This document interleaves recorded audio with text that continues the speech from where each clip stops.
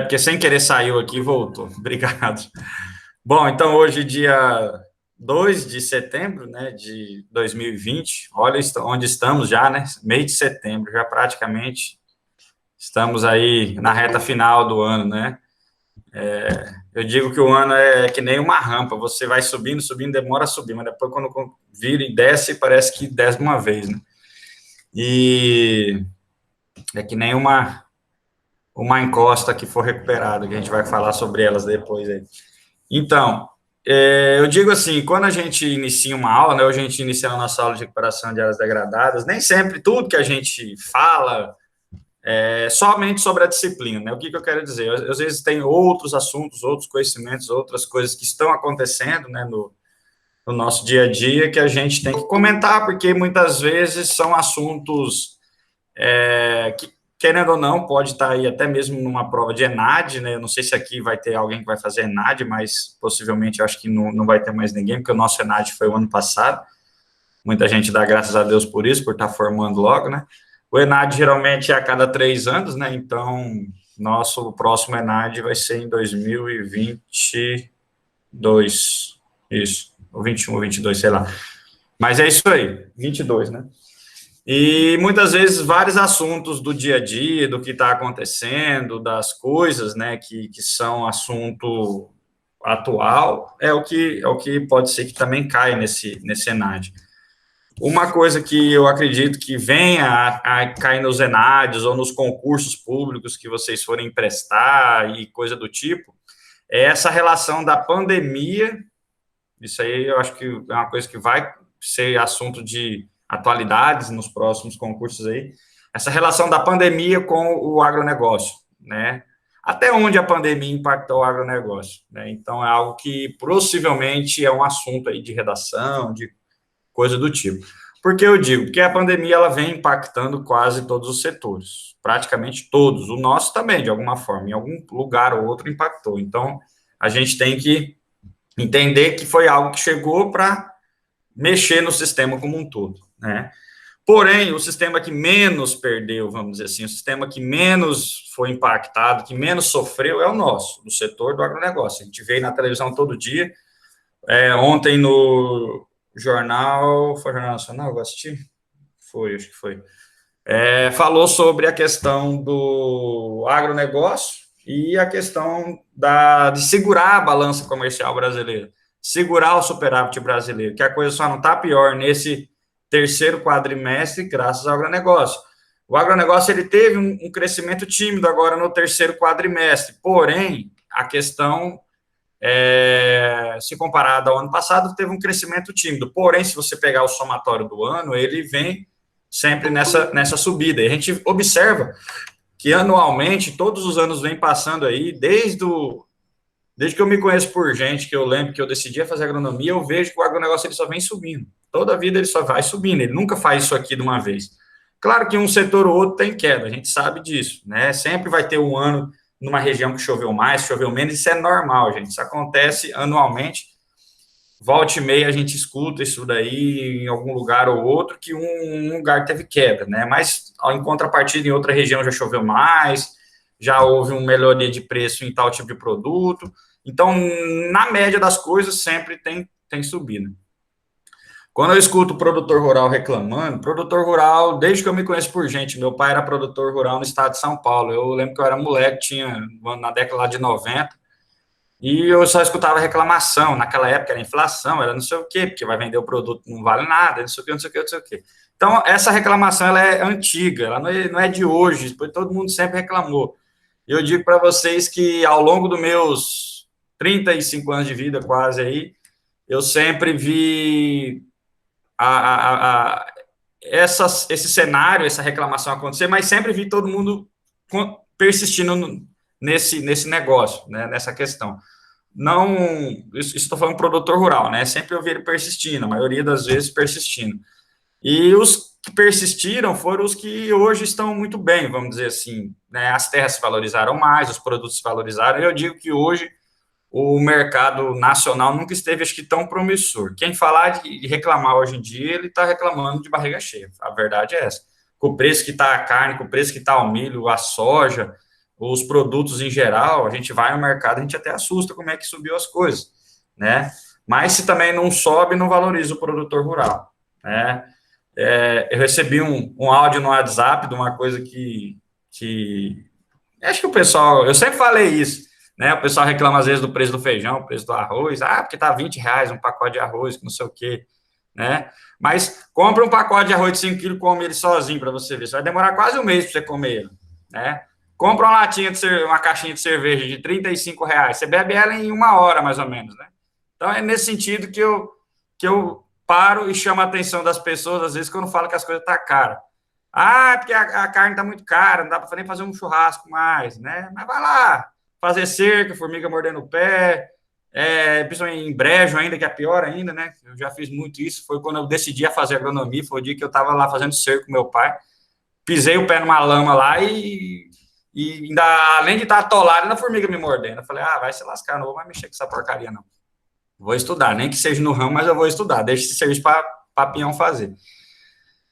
Passou-se a vida, fiz faculdade, fiz mestrado, fiz tudo e estou lá trabalhando do mesmo jeito no brejo quando precisa, não tem jeito, não tem para onde correr. Mas, enfim, a vida é essa, a gente está aí e segue em frente. Claro que hoje no patamar um pouco melhor, graças a Deus, né? Acho que a vida de todo mundo que já sofreu um pouco, eles vão continuar sofrendo, pode ter certeza disso. Porém, a coisa tende a melhorar financeiramente, isso aí é fato, tá? Não tem como a gente fugir disso, e eu sempre digo que vocês todos escolheram a profissão certa aí, e a razão é isso, porque o nosso setor ele não tem crise, tá? Se você ser persistente, buscar, ele sempre vai estar empregando, sempre vai estar buscando pessoas.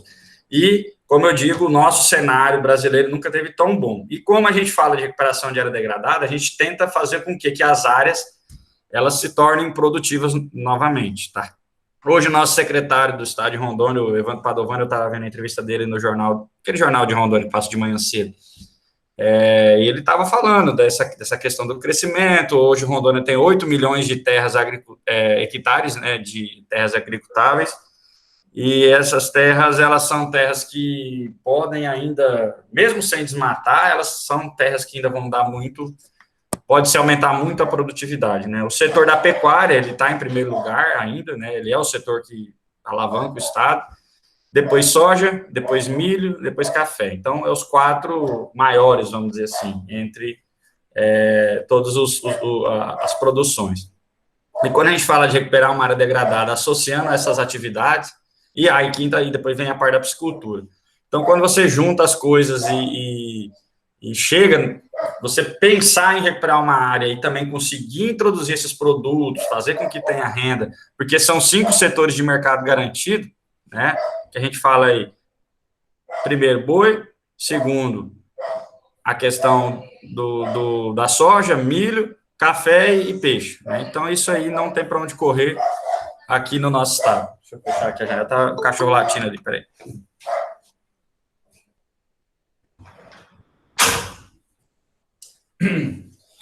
Então, é bem nesse sentido que a gente comenta, né, com vocês, para a gente entender um pouco da questão de mercado, a questão do nosso cenário comercial, que é bem promissor. E eu lembro que eu tive em 2013, numa palestra, 2013 para 2014, uma palestra que falou sobre a questão do crescimento, né?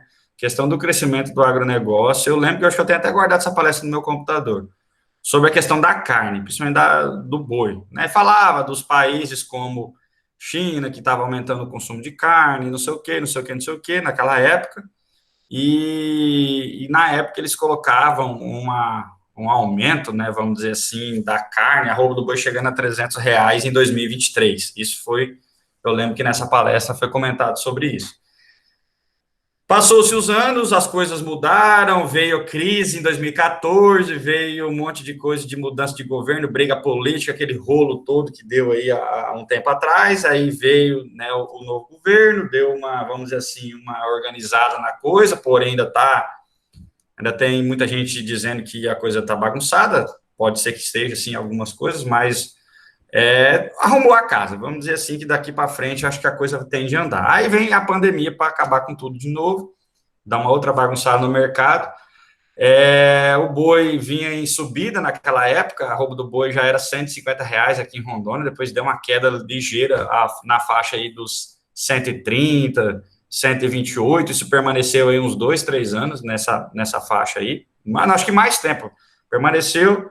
Eu lembro que eu vendi um gado que eu tinha o ano passado, nessa época, em setembro do ano passado, eu vendi a R$ 130. Uns garrotes que eu tinha lá, que eu tinha que pagar uma conta de um negócio que eu tinha comprado lá, eu vendi esses garrotes a R$ 130, ainda dei 2 meses de prazo para o cara me pagar ainda, né? Só para vocês terem uma ideia. Aí o tempo passou, eu lembro que passou 1 mês, 2 meses, quando chegou em novembro, já foi para mais de 180, quase 200, assim, tipo, em 2 meses foi eu vender, o filho da mãe do boi subiu. Mas, né, sorte do cara que comprou, bom para ele, foi bom para mim, que eu também paguei meu negócio lá, que a coisa, né, a terra que eu tinha comprado, paguei, ela também valorizou e todo mundo ganhou, vamos dizer assim. Enfim, eu quero dizer o seguinte, é que deu uma alta de uma vez, né, quando eu vi aquela palestra de 2013 para 2023, eu achava que aquilo ali, falei, esses negócios de projeção é uma coisa muito superficial, porque como é que o cara vai sonhar que vai dar crise num país, como é que o cara vai sonhar que vai vir um monte de coisa, que a crise da pandemia, ela basicamente não afetou em nada nesse setor agropecuário, sim, comparar com a crise política que veio antes. Foi muito maior a crise política que estava ali em 2015, 2016, do que essa crise que está hoje, né, com relação à nossa pandemia, porque os preços dos alimentos, na verdade, eles se mantiveram ou subiram. A gente pode analisar aí do ano passado para cá. Enquanto que lá naquela época, de 2013, 2014, vinha assim, um cenário de um Brasil muito promissor, depois com a saída da Dilma, a entrada de Temer, aquele rolo todo, virou uma descida ladeira abaixo, né? E aí a coisa deu uma queda feia aí nesse setor nosso, de modo geral, né, com relação às commodities, né, aos valores. A soja, o milho, ele se vê como meio que estável, mas também deu uma caída. Eu lembro que a saca de milho na fazenda estava negociada a 17, 18 reais a saca. Isso eu sei porque eu conheço alguns produtores de frango e porco aqui nessa região, e eles compravam direto aqui de Rondônia, de Cerejeiras, de Vilhena, que é a região onde mais planta, e vinha nesse preço, né? Chegava na fazenda em torno de 20 reais, já com frete, 20 e poucos reais a saca de milho. Hoje está mais do que o dobro disso, né? Hoje já está batendo 50 reais aí esse valor.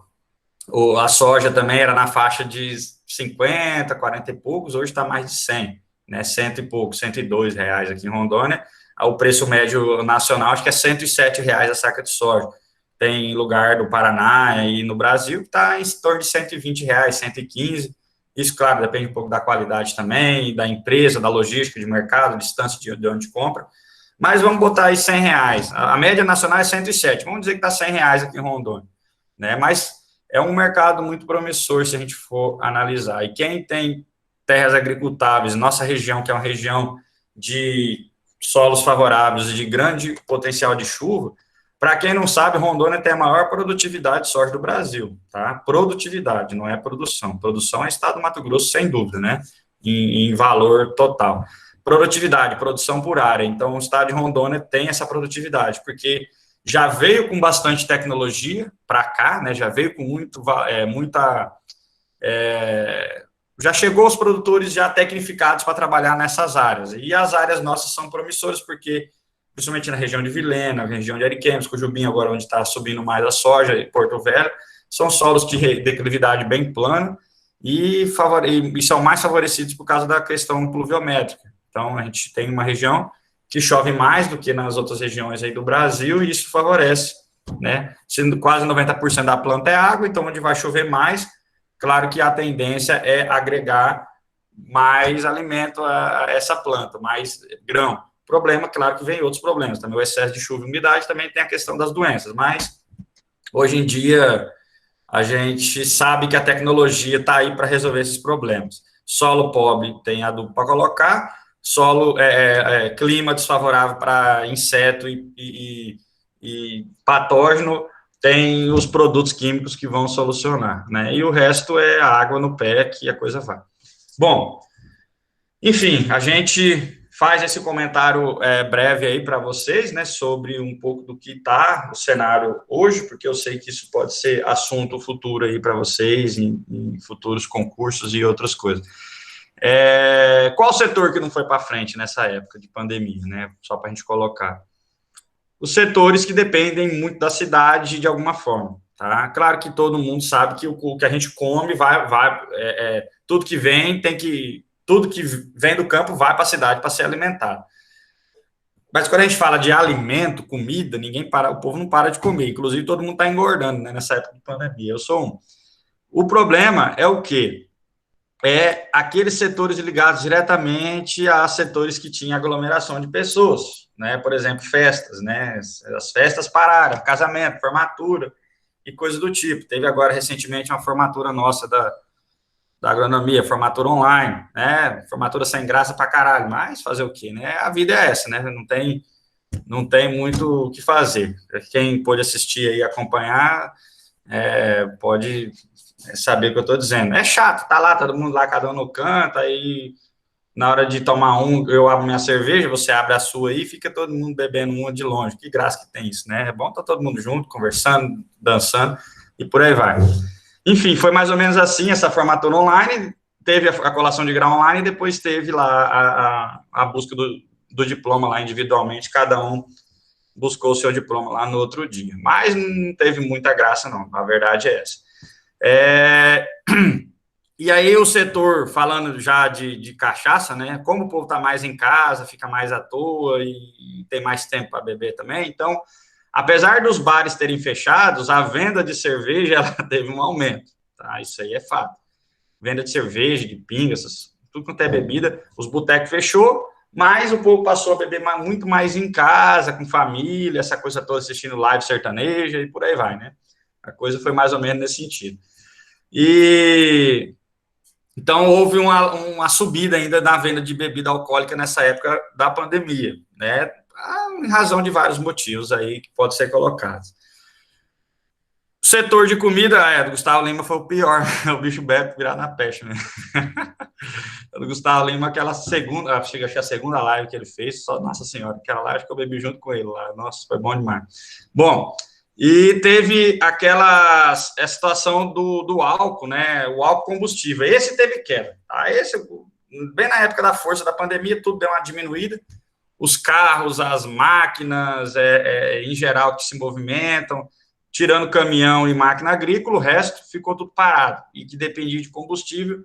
O álcool combustível, com a locomoção dos veículos, foi um produto que diminuiu muito o consumo.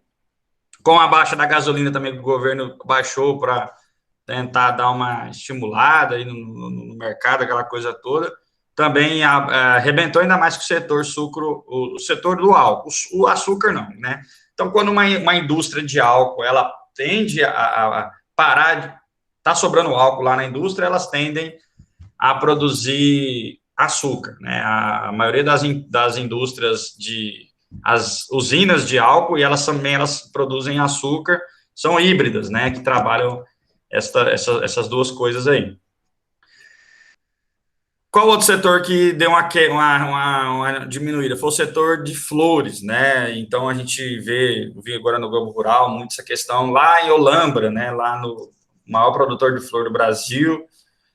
Tem outros polos a nível de Brasil, tá? Regiões de altitude aí, lá no Ceará mesmo, lá quando eu fiz o meu mestrado, lá tinha uma cidade chamada Guaramiranga, que é uma cidade no topo da serra lá, na tal da Serra de Baturité, que eles chamam lá. Lá é uma região elevada, chega até quase 1.000 metros de altitude em algumas partes lá, mas a média lá é 700, 800 metros de altitude.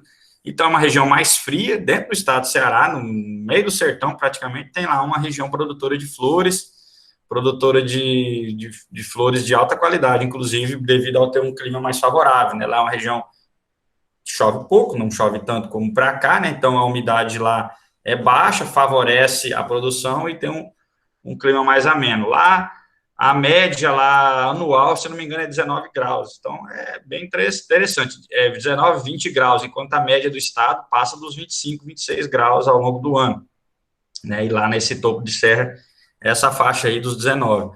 Quando eu fui lá na época lá numa Oktoberfest que tinha lá também, era 15 graus à noite, né? Então, assim, à noite e dia fica na faixa dos 15 aos 22, 23 graus. Então, é uma temperatura bem interessante lá e tem muito produtor de flores. E são um setor que deu uma queda muito acentuada, né? Uma queda muito grande.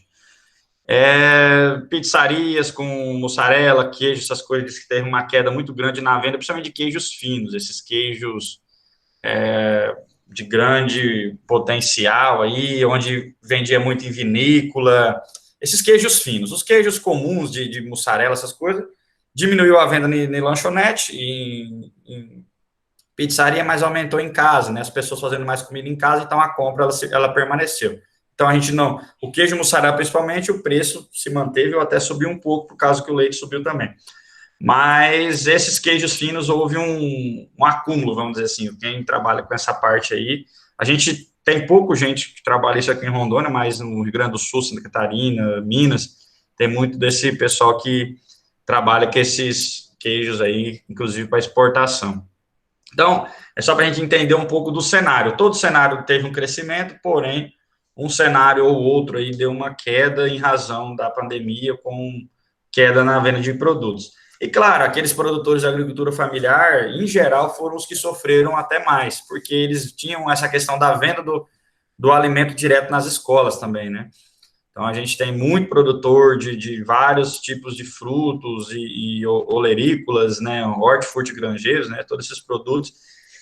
Quando não entregava em feiras livres, né, as feiras passaram a voltar, mas passaram também a deixar de entregar para as escolas, para creches e hospitais até, que tinham esse contato direto do produtor com a escola. E aí, com o fechamento das escolas, houve esse problema aí de não ter para quem entregar esse alimento. Aqui em Rondônia, o governo do estado está com um programa aí de continuou comprando esses produtos, tá? Não sei se na mesma quantidade, eu acredito que não. E aí a escola estava entregando os produtos. Isso aí eu sei porque minha mãe é professora do estado. E aí as mães, aquele pessoal que queria, que tipo assim, continuou comprando, não sei se é a mesma quantidade, e aí eles estavam fazendo os pacotinhos e doando para as pessoas, os próprios filhos de pessoas mais carentes, iam buscar, ou as mães, iam lá na escola, buscava e levava. Isso lá em Cacoal, eu vi que estava acontecendo. Aqui em Paraná eu não sei como é que está. Minha mãe é professora lá, eu também não conheço nenhuma professora do estado aqui para estar perguntando. Mas eu acredito que seja um programa a nível de estado, ou sei lá, se só é a nível de prefeitura lá. Mas eles estavam comprando ainda dos produtores para não dar problema, né, com esses produtores não saírem prejudicados, e o pessoal estava indo buscar lá esses alimentos. Mas mesmo assim, o Valdernir disse que está. Então, beleza, tomara que isso continue, né, até as aulas voltarem aí. E é algo que acho que talvez não vai comprar a mesma quantidade, não vai ser a melhor maravilha do mundo, né, não vai talvez resolver todos os problemas, mas de alguma forma aquela fonte de renda o produtor continua tendo. Então, esse setor de verduras, de tudo mais aí, eles tiveram aí esse kit, né, foi feito esse kit de alimentação que o Valdernir falou, né, que é um pouquinho de cada coisa, coloca na sacolinha e entrega para essas famílias. Ainda bem que isso continuou, né, então, a gente sabe que ainda tem muito aluno que vai para a escola, que não toma café, que é a merenda da escola, que é aquilo que ele se alimenta, e com isso fica mais complicado, né, se a família já não tem muito em casa, se ela puder trazer da escola para fazer em casa, perfeito, pelo menos isso já ajuda bastante. Mas, enfim, vamos começar a nossa aula de hoje. Fizemos aí um comentário breve da questão de cenário comercial. Lembrando que se você conseguir recuperar uma área degradada, associar uma atividade que tem mercado, é algo que a gente consegue ter bastante sucesso, tá? Claro que tem aqueles mercados que são duvidosos também, que muita gente, às vezes, tem produtor que gosta de investir por ser algo exclusivo, né? Talvez hoje, por exemplo, a venda do peixe em Rondônia não é aquela melhor maravilha do mundo que está sendo paga para o produtor, mas é um mercado que está garantido, né? Era um mercado que no passado não tinha comprador, hoje tem comprador para todo lado aí. Então, a coisa foi só aumentando por causa disso. Então, geralmente, o produtor ele investe naquilo que ele sabe que ele tem venda garantida, que ele não vai ficar com o produto apodrecendo lá no pé dele, né? as olerícolas, as verduras, em geral, quando ele tem um mercado garantido, ele produz mais. Quando ele não tem, ele já dá uma segurada, né? Do que vender em feira livre, coisa do tipo. E no setor nosso, volta e meia a gente vê um produtor aí investindo, eu soube agora tem uns produtores investindo em camarão aqui em Rondônia, né? A carcinicultura, né? Que produtor de peixe mesmo começando a entender e tentar trabalhar com a questão do camarão de água doce. É um mercado aí novo, né? Talvez não tenha todo o comprador do mundo, mas também pela demanda de produto que você pode produzir ali, só o mercado interno já absorve, né? Os mercados, as feiras aqui mesmo, ou às vezes até vai faltar, né? E tem um setor a nível de implantando cacau para recuperar áreas degradadas. É isso aí, né? Então, com certeza, a gente sabe que a mescla dessas áreas, né? Quando a gente fala de área que está degradada, tem que ser implantado aquilo que está mais fácil ou aquilo que pode ser introduzido aí que tem valor econômico, tá? Depois, mais para frente, eu fiz alguns vídeos lá na área da Rondônia Rural Show, vou estar postando para vocês. São sistemas agroflorestais, SAFs, inclusive com a cultura do cacau, que a gente fez lá um vídeo, numa área de sistema agroflorestal cacau-banana. Só que ali não é, assim, claro que geralmente quando a gente fala de praia degradada, às vezes a gente também entra um pouco nessa questão da disciplina de recursos florestais, porque envolve essas espécies, essas culturas, né? Querendo ou não, o SAFs ele vai estar inserido em recuperar área degradada, em manejo de conservação do solo e também na disciplina de recursos florestais. Lembrando que essa disciplina nossa ela é uma mescla de tudo um pouco da agronomia, né? Ela trabalha fertilidade do solo, a gente trabalha toda essa questão de recuperar área degradada com relação à física do solo, manejo, introdução de espécies florestais, enfim. Então, é uma união de informações que para a gente chegar num senso comum, ou seja, chegar num diagnóstico, vamos colocar assim. Bom, em Ouro Preto, como o Edilamar falou ali, é uma área, tem ali a CEPLAC, né, que é a CEPLAC, qual é a sigla de CEPLAC mesmo? Centro, alguma coisa, eu sei que é de melhoramento e produção do cacau, eu não sei exatamente a sigla da CEPLAC, mas ela é uma empresa que vem há muitos e muitos anos a nível de Brasil, né, uma empresa, uma autarquia federal, né, uma empresa que ela vamos dizer assim, ela é bancada pelo governo, lógico, né, e essa empresa, ela investe no melhoramento do cacau a nível de Brasil, né, então, onde é possível plantar cacau, vai ter CEPLAC em algum lugar, a nível de Brasil como um todo. Então, a CEPLAC, ela tem na maior parte dos estados aí da região, alguns estados do Nordeste e também da região Norte, que trabalha essa questão do cacau, e não só o cacau, mas outras espécies florestais, junto com o cacau, esses SAFs e esses sistemas agroflorestais, né, sempre associado uma espécie florestal ou várias com a cultura do cacau. Lá, lembrando que também eles não trabalham só o cacau, né, tem também a questão um pouco do café, que eles introduzem nas áreas, mas o melhoramento genético forte mesmo é na produção da cultura do cacau, né, e é o que é feito. Inclusive, seria uma área muito interessante da gente conhecer. Para quem não conhece, é uma área aqui próximo de Paraná, vai dar daqui lá uns 35 quilômetros, e fica ali chegando em Ouro Preto, tanto à direita quanto à esquerda da BR, né? E lá é uma área muito legal, muito interessante de se conhecer, porque vocês veem todos os sapos que eles têm lá, né? Parece que é uma floresta, você não vê nada. Você entra dentro, você vai ver o tanto de coisa que produz ali dentro. Uma área, né, dentro ali, perto ali daquela serra de Ouro Preto, e protege o solo, protege aquelas encostas, né? E tudo mais. Então, é bem interessante o quanto é produzido e o tanto que deixa aquela área com aparência de mata, né? De floresta, isso dentro da cidade, praticamente. E, claro, também tem a Embrapa ali em Ouro Preto, que é outro lugar que é interessante também de estar indo, só que lá eles têm mais floresta plantada, com relação a andiroba, outras espécies florestais lá, que pode ser trabalhada a recuperação de áreas degradadas, e a cultura do café, que é o carro-chefe deles lá, inclusive tem a BRS Ouro Preto, que é uma das variedades aí para Rondônia, né, desenvolvida para o estado de Rondônia. Apesar que a BRS Ouro Preto, ela tem material melhor que os produtores rurais mesmos já fizeram aqui em Rondônia, tá? Só para a gente entender um pouco. A Embrapa trabalha melhoramento? Trabalha, beleza, mas tem material melhor que o da Embrapa, aí nas propriedades que os próprios produtores já fizeram. Inclusive, a Embrapa agora está pegando esses materiais dos produtores de alta produtividade e está testando na Embrapa para fazer registro, né, para declarar o registro e fazer um cruzamento de clones e tudo mais.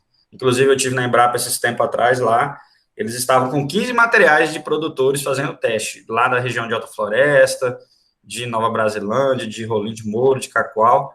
Então, desses municípios, tem vários produtores que têm produtividades aí acima de 150 sacas por hectare, e os caras, né, material muito produtivo, e está sendo testado agora pela Embrapa para fazer mais registros de novos materiais aí.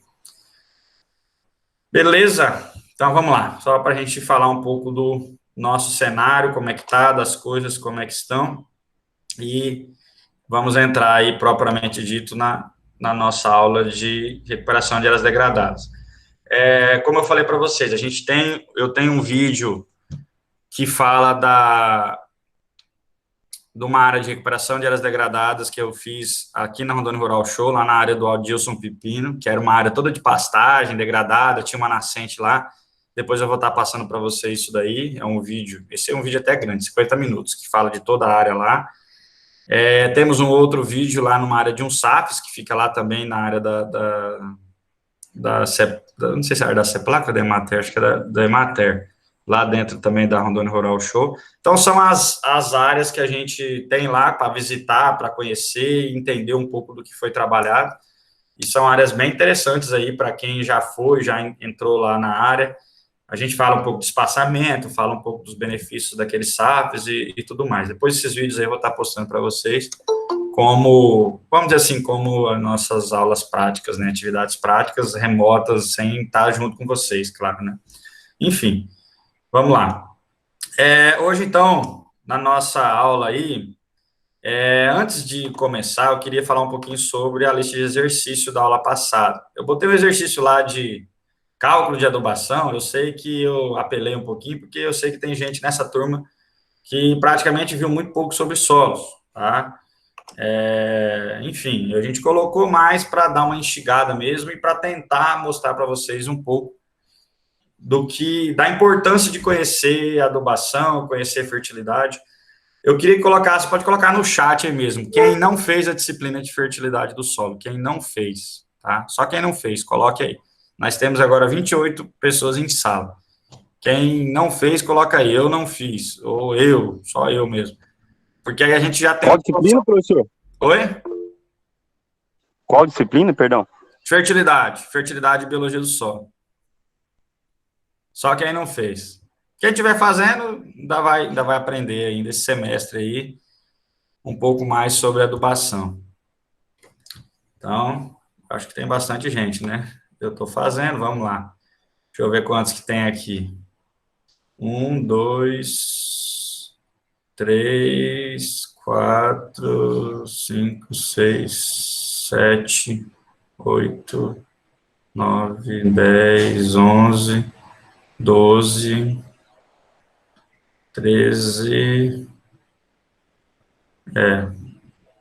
13, 14 pessoas aí. Bom, então é isso aí.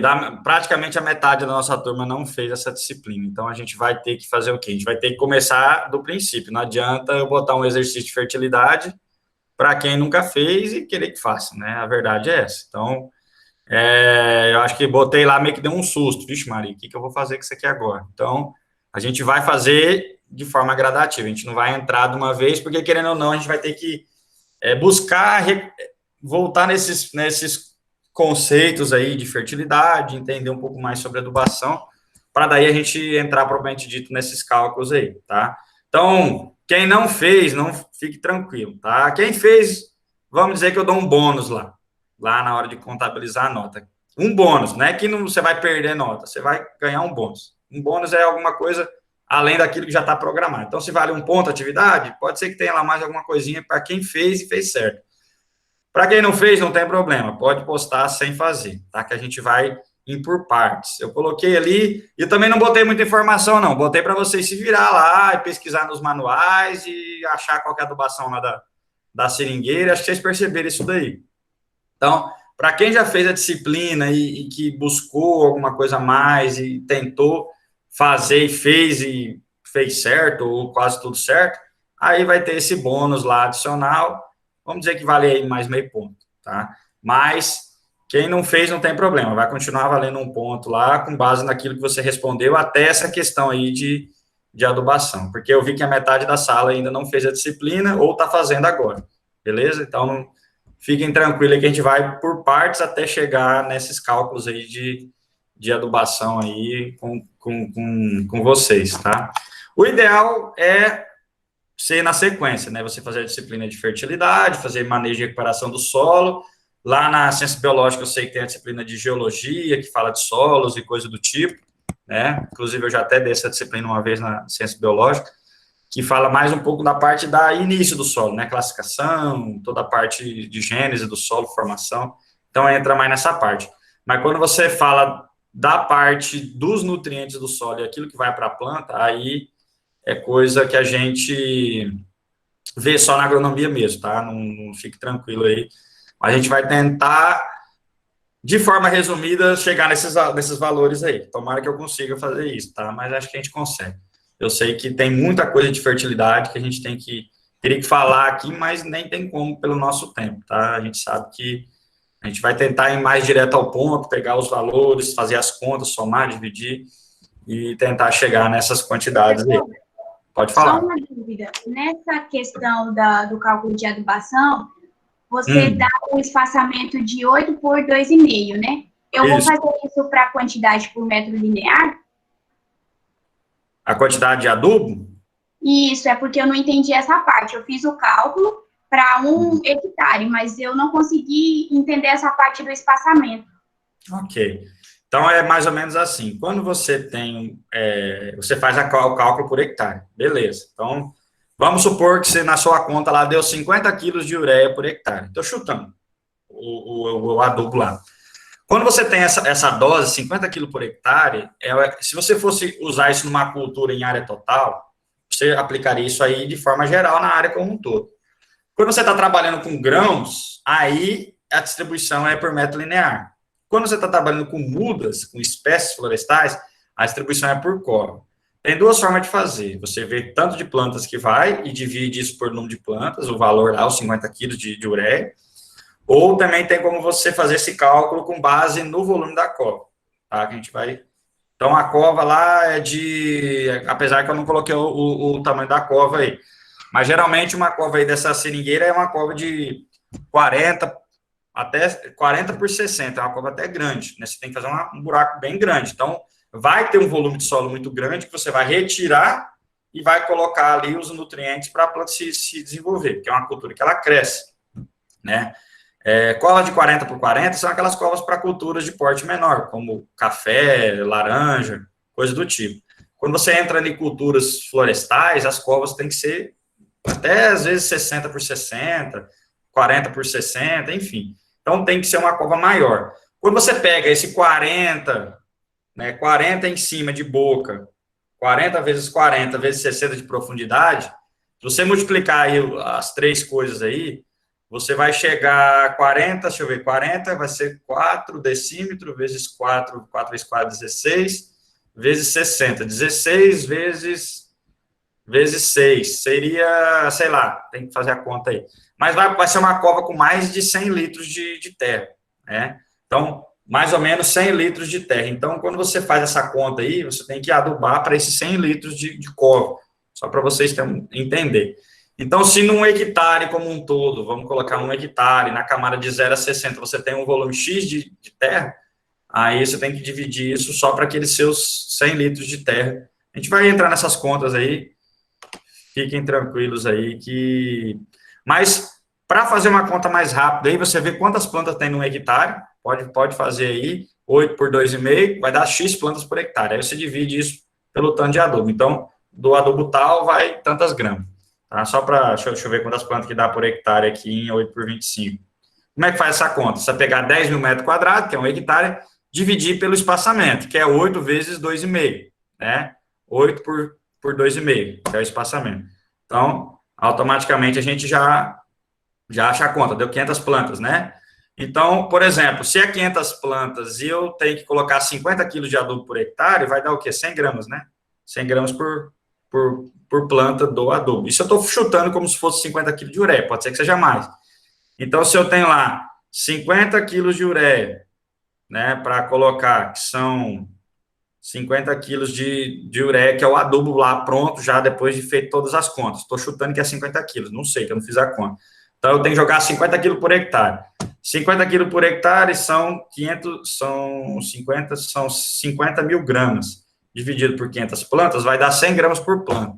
Então, só para por aí vocês já vão, dá para fazer essa divisão aí também e colocar 50 gramas em cada planta do adubo ureia na hora de fazer a implantação. Isso da ureia, mais 100 gramas do outro, mais sei lá quantos do outro, e aí junta tudo, coloca na cova, mistura e faz a adubação. Então, como eu falei, a gente vai fazer esse cálculo, depois a gente vai voltar nele, a gente vai entrar nessa parte da adubação mais precisamente, mas só para responder a sua pergunta, divida o total que você achou pelo número de plantas, também é uma forma de fazer, e aí vai concentrar em volta da cova ali. Então, o meu deu 133 quilos de ureia, então eu faço isso para 500 plantas. Isso, divide aí que vai ver quanto que vai dar. Beleza. 100 e quanto? 133 toneladas. 0,133. Não, 133 quilos, né? Entendi. Então vai ser por aí. Vai ser. Não, no caso aí vai ser um pouco mais do que eu falei. Então vai dar aí 200 e poucas gramas de ureia lá na cova da planta lá. Mas é isso aí. Claro que se a gente for fazer uma adubação, lembrando que talvez esse valor que eu coloquei aí, eu não, ou que vocês olharam aí, talvez seja só no plantio, porque muitas vezes tem produtor que nem usa adubação nitrogenada em plantio, ou usa uma adubação bem mínima, ou só adubação orgânica no plantio. Por quê? Espera haver o pegamento das mudas. O ideal, gente, o nutriente que não pode faltar no plantio nunca na vida, em plantio nenhum de nenhum tipo de cultura, chama-se fósforo. Esse tem que estar lá na cova, né? Botou o fósforo na cova, o resto vai por cobertura. Por quê? Porque o fósforo tem uma mobilidade no solo muito lenta. Então, você coloca ele para ele chegar lá na raiz e fazer o efeito dele, muitas vezes ele fica comprometido. Então, a gente tem que trabalhar sempre com o fósforo na cova, alguma dose de micronutriente. Então, pode fazer essa mescla de uma adubação orgânica mais fósforo. Isso no plantio, quando fala de espécie florestal. Depois, porque aí a matéria orgânica ela já vai suprir ali vários dos nutrientes, nitrogênio, fósforo, potássio, cálcio, magnésio, todos os macronutrientes e também os micro. A adubação orgânica ela tem esse papel, ela tem um pouquinho de tudo. E aí a adubação mais pesada de fósforo, a adubação mineral, que é essa que precisa a planta ter, porque ela vai crescer a vida toda, tem que estar o fósforo ali na base dela. O fósforo, né, só para a gente falar um pouquinho sobre já a parte de fertilidade, é um elemento que ele é extremamente essencial, a planta precisa de muito, ele está ali na ATP, né, das culturas, ele está ali na formação, né, da ATP, ele promove crescimento radicular, promove todas as funções metabólicas da planta dentro da fotossíntese, e é a energia ali disponível, né, vamos dizer assim, promovida ali pelas mitocôndrias na célula. Então, o fósforo tem um papel. Faltou fósforo, você vai ver uma planta com a folha mais arroxeada, uma planta mais raquítica que não se desenvolve. Então, acontece muito isso daí quando há a deficiência de fósforo. Uma planta que não cresce tanto, está mais atrasada comparada às demais, coisa desse sentido. Então, o fósforo tem esse papel. Colocou ele na base, junto com uma matéria orgânica, beleza. Depois você pode vir com as adubações nitrogenadas, potássicas e coisa do tipo, tá? Então, a adubação nitrogenada, né, o nitrogênio e o potássio, eles podem ser colocados depois que a planta já pegou, a muda já está começando a se desenvolver, aí vem com essa adubação 30 e 60 dias após o plantio, que é o ideal. A gente chama isso de adubação de cobertura, que é a adubação depois que a planta já foi estabelecida, beleza? E isso aí, o Francisco lembrou aí, né? São elementos muito móveis, né? Então a vantagem é essa, que você colocou ele aqui na superfície, molhou, ele vai descer. E diferentemente aí do fósforo que ele tem essa dificuldade. O próprio cálcio e magnésio também são dois elementos pouco móveis no solo, então tem essa dificuldade, mas o cálcio e magnésio com a calagem ele vai ser suprido, né? Muitas vezes a própria calagem supre as necessidades de cálcio e magnésio, fez a aplicação do calcário, fez a adubação fosfatada, e depois que a muda desenvolveu, pegou, você vem com a adubação nitrogenada de N e K, né, nitrogenada e potássica, né, que seria o potássio, o K. Beleza? Então, podem fazer aí, tentam, eu quero ver o que vocês colocaram, depois que vocês postarem aí, na próxima aula eu vou dar uma olhada, tá, nesse exercício aí. Eu coloquei lá, gente, também a questão da adubação orgânica, tá? A adubação orgânica, tem gente que só trabalha com ela, tá? A matéria orgânica tem N benefícios, né? A gente pode falar aqui dos benefícios da matéria orgânica, uma aula só sobre matéria orgânica, mas a matéria orgânica, ela vai ter vários benefícios, além dos químicos, né? Mas principalmente os físicos. Eu digo que além dos químicos, porque quimicamente falando, a matéria orgânica, ela não vai ter tantos nutrientes em grandes quantidades. Quer dizer, ela vai ter todos os nutrientes, mas em pequenas quantidades. Então, beleza. Supre a necessidade de uma planta em estágio inicial, uma planta que ainda não está com tanta fome, vamos dizer assim. A partir do momento que ela cresce e desenvolve, é que nem um moleque que começa a crescer, né? Começa a comer virado num trem. Então, é a mesma coisa. A tendência é, quanto mais a planta cresce e vai se desenvolvendo, mais a fome vai aumentando, mais precisa de nutrientes. E aí é onde a adubação orgânica sozinha, muitas vezes, ela acaba sendo deficiente. Nós temos uma área, né, lá na Rondônia Rural Show, que é da São Lucas, que é uma área de recuperação de áreas degradadas com o curso de Ciências Biológicas, né, lá dentro daquela área lá, acho que o pessoal de Ciências Biológicas lá conhece, tá? Aquela área lá, ela foi implantada no início lá da feira, hoje já tem plantas exuberantes lá, crescendo, se desenvolvendo, mas no início houve muito problema de desenvolvimento de mudas, né, na época do plantio daquela área, por falta de nutrientes, por falta de água, por avanço do mato, então houve essas dificuldades no início, tá? E lá também, naquela mesma área, tem uma área do Adilson Pepino, que é esse que a gente fez a gravação lá nessa área. Então, nós temos as duas áreas, e uma foi, basicamente, as duas foram introduzidas na mesma época. Claro que a do Adilson Pepino, ele usou o sistema mais tradicional, ele usou herbicida, ele usou adubo químico, tem gente que condena tudo isso daí, mas vai lá ver o tamanho que tá a área deles comparada à nossa, que foi feita tudo na forma mais orgânica possível, vamos dizer assim, só com roçadeira e coisa do tipo. E uma coisa eu digo para vocês, roçadeira não impede competição de planta daninha, tá? Você vai lá numa área lá, roçou a braquiária no meio das plantas, você achar que você está eliminando as plantas com roçadeira, esquece. Porque a raiz da braquiária, ela está ali por tudo, ela está por baixo da minha espécie florestal, está absorvendo nutriente. Você roçou, aí que ela desgrama absorver mesmo, né? Então, a tal da braquiária, ela é um capim maravilhoso para boi, mas ela, dentro de uma outra área, é a pior praga que tem como planta daninha, né? Então, ela invade mesmo, ela vai. E você roçou, se não fizer um coroamento bem feito, só roçar no meio da entrelinha, beleza.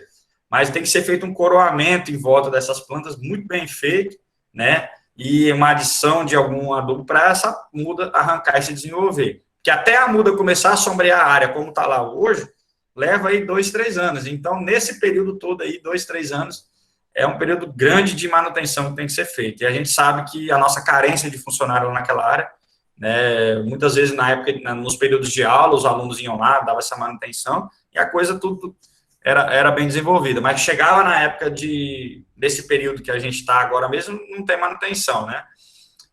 Que agora está mais na seca, é pouca manutenção. Mas no período da chuva, muitas vezes aqueles meses de férias de dezembro a fevereiro, né? Período de férias ali é onde o mato competia muito, invadia. Muitas vezes os nossos funcionários iam lá, não dava conta, ou ia muito pouco, acabava com o mato, abafava as plantas e compete por água, luz e nutrientes, a gente sabe disso, né? Então, se a planta daninha não for controlada, vai ter esses problemas aí. E era onde as mudas desenvolviam menos se comparada do outro lá, que estava fazendo toda a manutenção. Então, hoje, se a gente for fazer comparativo das duas áreas, Claro que a área do Adilson Pepino está muito mais bonita, muito melhor do que a nossa, porque teve mais manutenção ao longo dos últimos 3 anos, enquanto a nossa teve essas dificuldades aí, principalmente no período de férias aí, né, onde a manutenção era menor. E aí, a gente observa essas diferenças. Mas, querendo ou não, a gente tem a nossa área lá, tá bonita, tá bem, tá preservando, tá fazendo o papel dela, tá? O que a gente não pode achar é que só roçadeira, só sistemas sem uso de nenhum tipo de produto químico vai resolver, porque resolve, mas a coisa é muito mais lenta, muito mais trabalhosa, e quando a gente fala de recuperar a degradada, a gente tem que pensar na rapidez da recuperação, que ficar recuperando um negócio para ficar aí 10 anos para a coisa acontecer, tem que ser uma coisa rápida. E se a gente tem uma região propícia para isso, vamos usar as melhores ferramentas para a coisa acontecer rápido. Então, se eu quero ver mato naquele lugar logo, vamos utilizar todos os produtos necessários e as coisas melhores para que essa floresta se recupere, se regenere, e aí os efeitos ambientais vão ser mostrados mais rapidamente. Beleza? Bom, vamos lá então. Então, já que a gente está entrando nesse assunto aí de solo, a gente vai fazer uma aula hoje um pouco sobre a parte de solo, tá? Que é a questão que eu acredito que muitos aí, às vezes, não tenham visto, não tenham escutado, nunca ter falado, tá? Então, primeiramente, deixa eu entrar aqui, a gente vai comentar sobre a questão do solo, para depois a gente entrar nesse exercício de volta. Vai, cadê? Acho que é a aula 2 aqui. Estou compartilhando minha tela com vocês ainda não, né? Deixa eu compartilhar aí.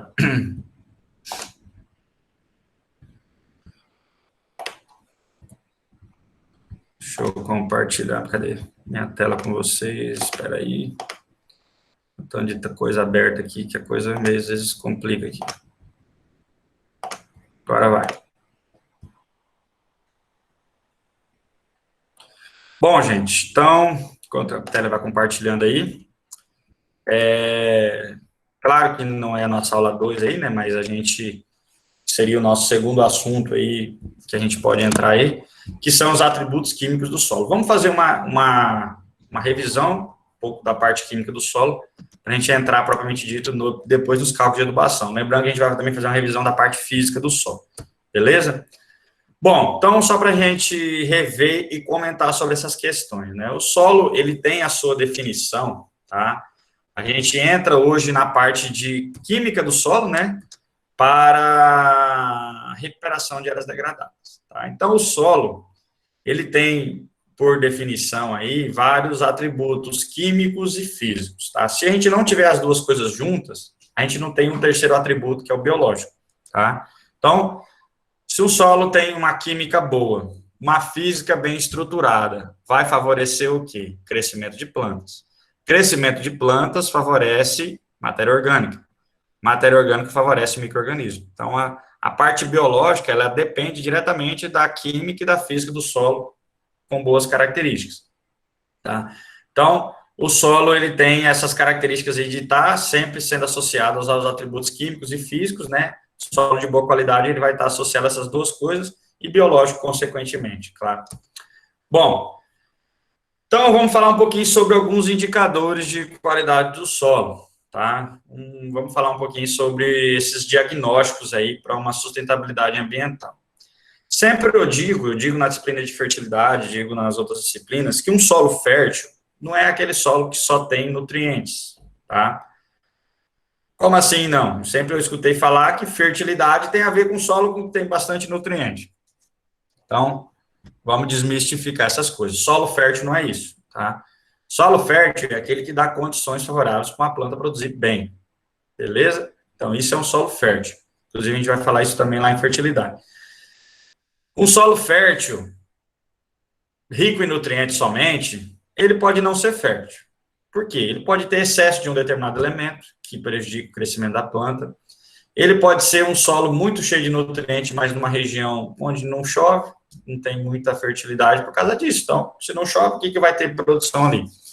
Então, existem solos vulcânicos, solos em áreas aí desérticas que não tem planta nenhuma lá. E se você fazer a análise dele, vai ser rico quimicamente, né? Aqui no Brasil, a gente tem solos férteis na região Nordeste, naturais, solos com fertilidade química natural, fertilidade química somente. Mas são solos que têm expansividade, argilas 2:1, que a gente chama, muito expansivos. Então, isso também prejudica, né, o crescimento das plantas. Então, o solo fértil não é só a questão dos nutrientes. Lá no Nordeste tem muito vertissolo, luvissolo.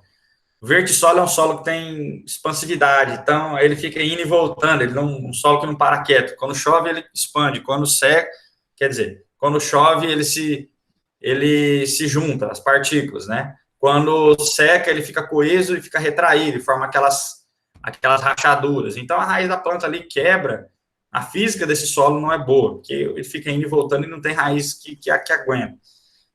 Tem lá os luvissolos, são solos muito também impermeáveis, cheios de pedregosidade, solos problemáticos na parte física. Quimicamente, você faz análise, é uma maravilha, mas fisicamente falando, a coisa já dificulta um pouco. Então, é nesse sentido que a gente vai falando para vocês de um solo para recuperar áreas degradadas.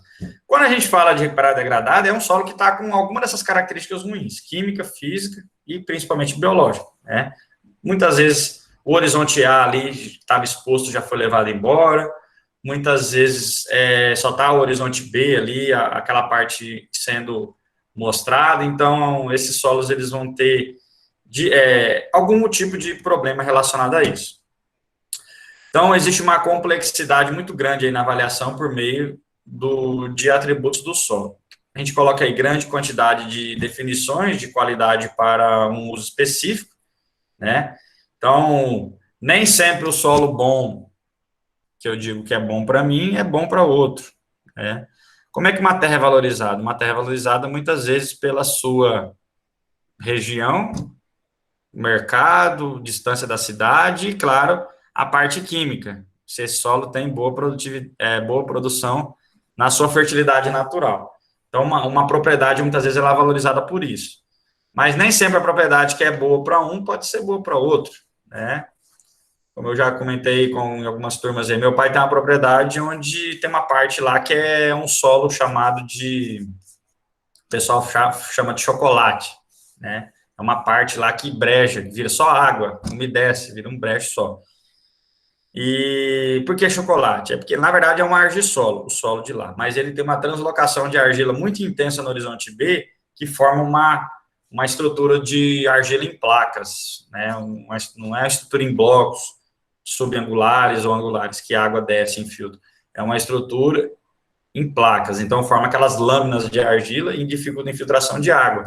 Chegou a época das chuvas lá, mês de dezembro em diante, quando as chuvas se intensificam, alaga tudo, né? E fica nesse brejo alagado aí até mês de abril, mais ou menos. Fica ali uns 4 meses alagado. É uma área que, para a produção de gado, ela não é interessante, porque alaga, vira lama, o gado começa a pisar, a grama meleca tudo, o gado não se alimenta direito, fica incomodado com aquele brejo, aparecem mais vetores, enfim, é uma área que, se você falar, é uma área porcaria para quem fala de produção de gado. Essa área aqui não vale nada. Para quem está produzindo gado, vira só alagamento, vaca tola, coisa do tipo. Então, é uma parte da propriedade dele lá, tem uns 15 hectares desse jeito aí. Aí, o que acontece?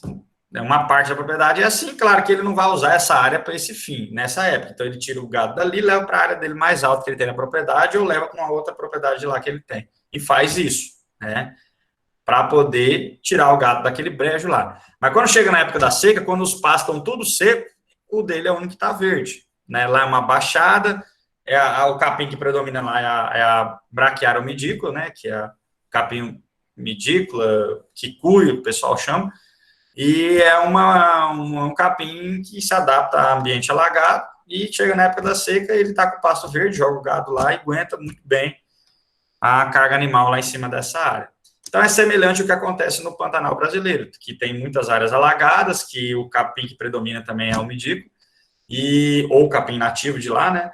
E aí, quando chega a época das águas, que intensifica as chuvas, alaga, e aí o pessoal leva o gado para umas fazendas mais altas, né? Quase todo produtor que produz gado dentro do Pantanal, ele também tem uma fazenda numa terra mais alta em outra região, né? Muitas vezes fazem isso, tira o gado dali e leva. Volta e meia a gente vê também aquele filme antigo, o pessoal levando gado tocado, né, nas estradas para tirar das fazendas alagadas nessas épocas aí. Inclusive tem um monte de música, moda de viola sertaneja aí, que trata dessas questões. Vocês devem lembrar de alguma aí que eu tô falando, que fala dessas travessias de gado dentro do rio, dentro do Pantanal, coisa do tipo. Então, essas regiões têm essas características aí de alagar. Aí você fala, mas essa área para produção bovina ela é ruim.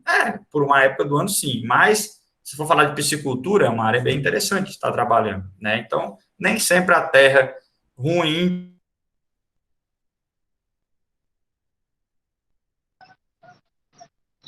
Ô, professor. Foi mal aí, cheguei atrasado aí. Opa, eu fui minimizar aqui para tu entrar. Olha aí onde é que eu...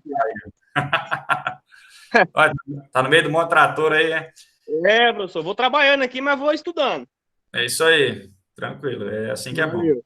A vantagem dessa época agora é isso, né? Que você pode estar em outro lugar fazendo outra coisa e ao mesmo tempo estar aí aproveitando e vendo a aula. Que nem eu tava, tem vontade. que nem eu estava esses dias atrás lá na minha propriedade lá, eu estava lá resolvendo outras coisas e estava com vocês também. Mas enfim, então a gente fala sobre isso, né? Nem sempre a área que a gente considera uma área boa, produtiva, uma área que é tudo aquilo, nem sempre é uma área fértil, tá? Porque vai depender do que vai ser produzido e do que vai ser utilizado nessas áreas. Bom, deixa eu continuar aqui onde eu estava, que eu minimizei lá e acabei até fechando e voltei. A partir da década de 70 aí, né, quando começa a falar sobre qualidade de solo, né, ou seja, um solo quimicamente rico, né, e também quando é introduzido a maior parte dos adubos aqui a nível de Brasil, houve uma renovação aí desses conceitos, né? Então, com a introdução de adubos, que a gente chama de adubos químicos, né? O que é um adubo químico? Na verdade, é outro conceito errado de se falar. Na verdade, é adubo mineral, porque ele é feito de uma rocha que é desmineralizada, retira os minerais importantes daquela rocha, coloca isso dentro de um saco e vende. Porque adubo químico, tudo é químico, né? Se você pegar matéria orgânica, um adubo natural aí, de fezes bovino, ele é um adubo químico, né? Tem química dentro dele, então é a mesma coisa. Agora, se você fala adubação orgânica e mineral, aí você separa as coisas. Orgânico é tudo aquilo que é oriundo de plantas e restos animais, e mineral é algo que vem de uma rocha, que vem de algum tipo de minério, e é feito esse adubo aí. E aí, claro, o adubo mineral ele pode passar também por processos químicos que vão intensificar esse adubo, tá? Que vai deixar esse adubo ali dentro do saco. E também tem o adubo mineral, que é só a rocha moída, né? O calcário, por exemplo, que é um adubo, um corretivo do solo, que a gente chama, é um adubo também, diretamente, porque ele também fornece cálcio e magnésio para as plantas, mas o calcário é uma rocha moída, né? Do jeito que coleta ela, do jeito que arranca ela lá da jazida de rocha, quebra ela, vai moendo ela, até ficar um pozinho fino e vende ela diretamente. O calcário não passa por nenhum processo químico, nenhum processo, vamos dizer assim, para extrair mais o cálcio ou o magnésio que está lá dentro dele. Ontem um amigo meu, já que a gente falou em calcário, ontem um colega meu, não estou no meu WhatsApp web aqui, mas ele me mandou para mim uma foto de um produto que está sendo vendido. Deixa eu colocar o WhatsApp aqui da web. Que eles dizem que é o salvador da pátria. Na hora que eu fui ver o produto, a formulação química, era basicamente uma mistura de dois produtos que tem disponível no mercado e muito mais barato, tá? Que era... inclusive, eles estão vendendo esse produto como ótimo na recuperação de áreas degradadas. Claro, tudo que é adubo, que é nutriente, que é vendido aí em geral, vai, de alguma forma, ajudar aí na recuperação de área degradada. Deixa eu ver aqui. Deixa eu compartilhar minha tela do WhatsApp com vocês aí. Deixa eu colocar aqui. É o do PRNT 170, professor, esse negócio aí? Deixa eu ver se é esse aqui. Estão enxergando aí? Não está compartilhando tela não, professor. Não, para mim não apareceu, não. Tá, deixa eu compartilhar a tela de novo. Acho que aquela hora caiu a conexão e voltou. E aí, acho que aí o compartilhamento ele sai. Vamos lá, agora vai. Então, olha aqui, ó. Esse aqui é um produto, que eu vou mostrar para vocês agora. Ele é um produto que está aí, ó. Eu acho que é esse aí mesmo que você deve estar falando aí. Ó, o nome dele é chamado BS Perfil. Falei, ó. Ele tem 26% de óxido de cálcio, 11% de óxido de magnésio e 12,5% de enxofre. Né? Esse é o produto. Aí, ó, aqui que o produto, ó, como é que ele vem? Vem nessa garrafinha, né? Tipo assim, caro pra caramba, bem peletizado, os grãozinhos ali. Provavelmente passa por algum tratamento térmico, né? Para fazer essa produção desses grãos peletizados. Ou seja, para isso aqui ficar mais disponível, para disponibilizar mais rápido para a planta. Até aí, tranquilo. Beleza. Aí, aí a empresa diz o seguinte, ó, alta performance na fertilização corretiva do solo, recomendação para a correção do perfil do solo, combinação perfeita de cálcio, magnésio e enxofre, ativador de hormônios de crescimento, auxilia na repelência natural de nematóides, alta produção de fotossíntese, substitui o gesso agrícola. Aí, quando eu paro para olhar isso aí, beleza, isso aí nada mais é que uma mistura de dois grandes corretivos do solo aí, que é o calcário com gesso. Isso é uma mistura de gesso com calcário, fez um processo de peletizou, fez esse grãozinho aí, talvez um tratamento térmico, e depois passa por uma máquina que faz esses grãozinhos aí e é vendido, né? Então, esse é um produto que nada mais é que se você jogar calcário e gesso dentro de um solo, numa cova aí, vai fazer o mesmo efeito, tá? Talvez até mais, porque a concentração o nosso calcário dolomítico aqui de Rondônia mesmo, ele passa de 26% de óxido de cálcio. O nosso aqui, se não me engano, ele tem 31% de óxido de cálcio e 14% de magnésio. Então, ele é até mais do que isso aqui. O nosso calcário, que é vendido a R$50 a tonelada, 55. Enquanto isso aí deve ser vendido aí a mais de R$2.000 a tonelada, esse produto aí. Olha a diferença, né? Por isso que eu digo, as empresas, elas agregam valor às coisas. Elas pegam calcário, que é um negócio barato de se comprar, fabrica, inventa lá um nome diferente, bonito, e vira um produto que é e bota um monte de propaganda em cima para dizer que é o salvador da pátria, e vende. Mas isso aí nada mais é que uma mistura de calcário com gesso. Claro que gesso a gente não tem aqui, o gesso talvez ficaria caro buscar, porque o gesso fica longe daqui. Mas a empresa que faz isso aí, talvez em alguma região onde tem os dois produtos fáceis de serem usados, unidos, né, vamos dizer assim, e faz essa mescla dos dois. E o gesso agrícola também tem 14%, 15% de enxofre, né, e também tem cálcio. Então, quando você junta os dois, era para dar até mais cálcio aí do que esse produto que está sendo vendido.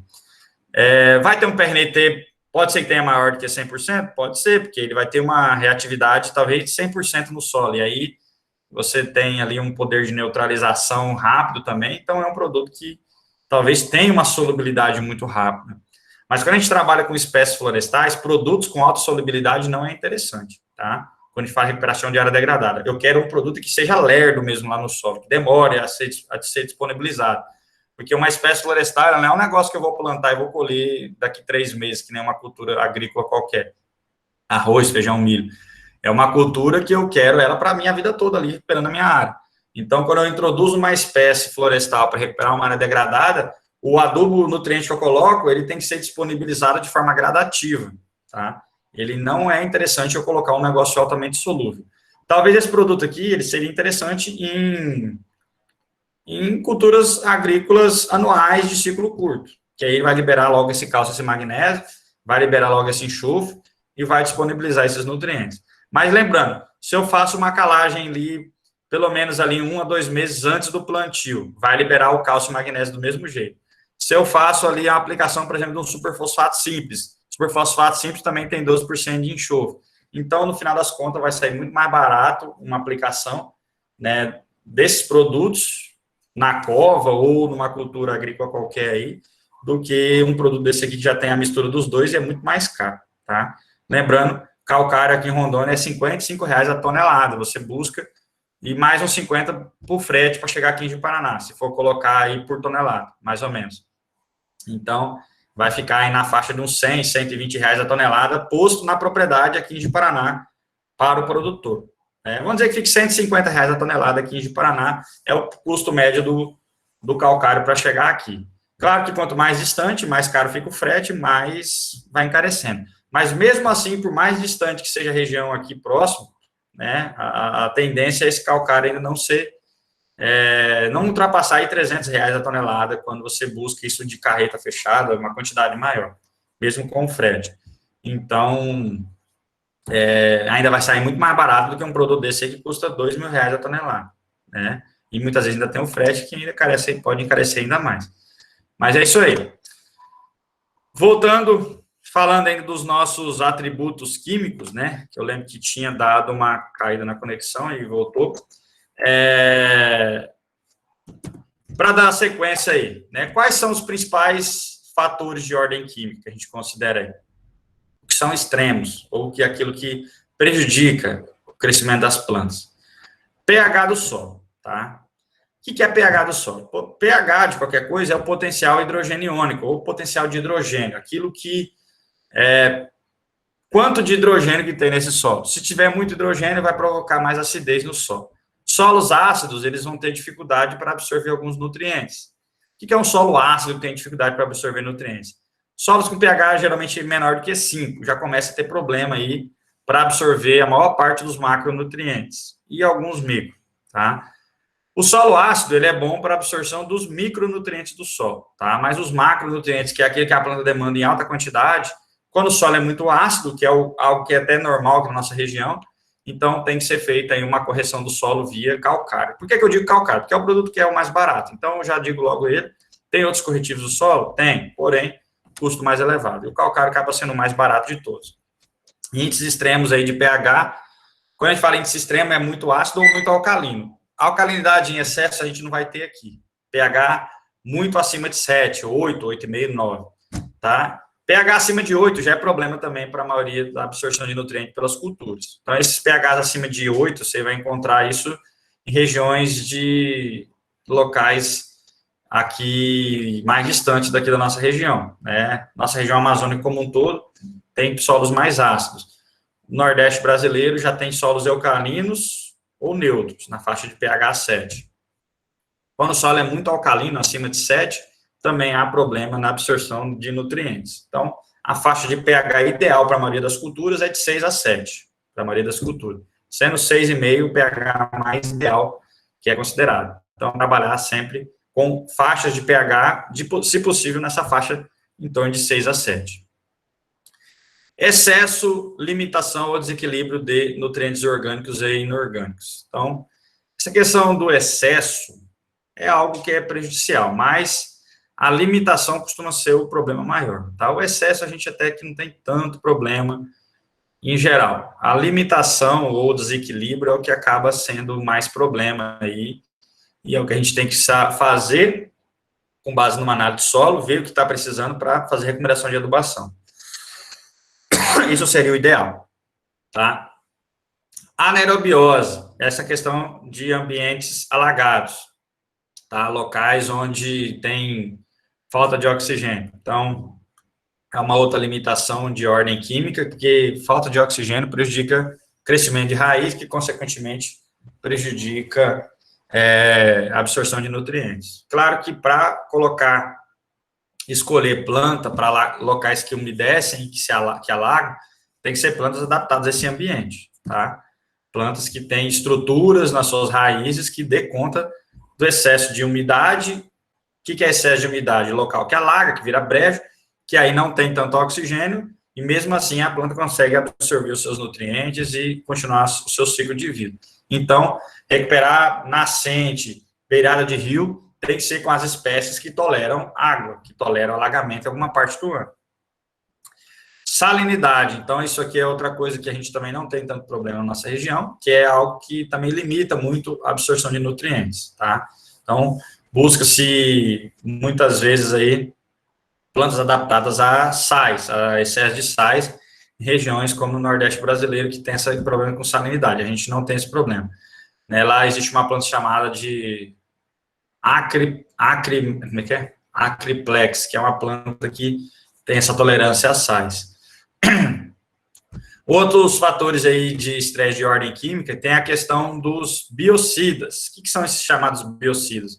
Entra aí metais pesados, poluentes radioativos, defensivos agrícolas em geral, e também alguns hidrocarbonetos, tá? Óleos em geral.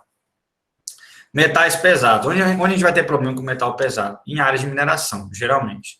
Em um solo qualquer, eu posso ter um certo metal pesado? Pode acontecer de, numa região específica, ter lá algum metal que é mais, está em excesso.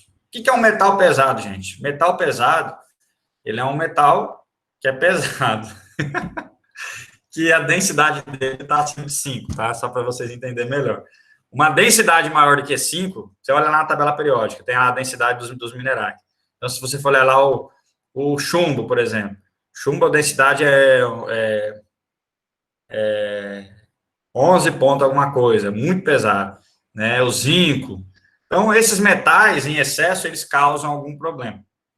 Principalmente quando a planta vai absorver, pode cair na rota metabólica dela, depois um animal se alimenta daquele metal, e isso cai na corrente sanguínea, pode causar até mesmo problemas com câncer numa pessoa que vai consumir um alimento que tem algum metal em excesso, algum metal pesado em excesso.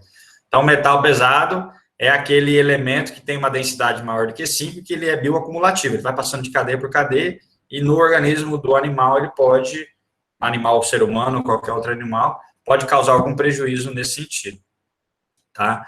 Por exemplo, o alumínio. O alumínio, ele é um metal muito comum na nossa região, tá? Os solos nossos têm muito alumínio, porém, ele não é considerado um metal pesado, ele é um metal leve, ele tem densidade menor do que 5, tá? 2,7, se não me engano, a densidade do alumínio. Mas ele não deixa de ser tóxico quando está em excesso, tá? Então, todos esses metais pesados, a correção com calcário também ajuda a eliminá-los ou diminuir a sua disponibilidade, porque o calcário eleva o pH e automaticamente, com o aumento do pH, diminui a disponibilidade de metais catiônicos de valência 2, aí a maioria são valência 2, então a hidroxila lá do calcário se junta com essas cargas positivas do metal pesado que tiver solúvel, livre na água do solo, e aí a hidroxila que o calcário libera consegue se ligar a esses metais, tornando-os indisponíveis ou precipitados, né? Poluente radioativo é algo também que a gente, se tiver esse problema, vai ser em alguma usina, alguma área de mineração, tá? Eu desconheço se tem alguma desse tipo aí em Rondônia, mas eu já vi falar que tem algumas jazidas futuras aí que eles vão estar utilizando aí, urânio, coisa do tipo, para extração. Já vou falar alguns municípios que foi identificado e é uma extração que depende só de liberação do governo. Aí pode ser que isso libere poluentes radioativos no ar atmosférico e isso prejudique solos, plantas e pessoas. Isso pode acontecer. Defensivos, isso aí tem de sobra aqui na nossa região, né? Isso aí é o que mais tem, é o famoso veneno, que todo mundo aplica em tudo quanto é lugar aí. Então, defensivo agrícola, a gente sabe que alguns são prejudiciais, nem todos, tá? O defensivo mais aplicado de todos é o tal do glifosato.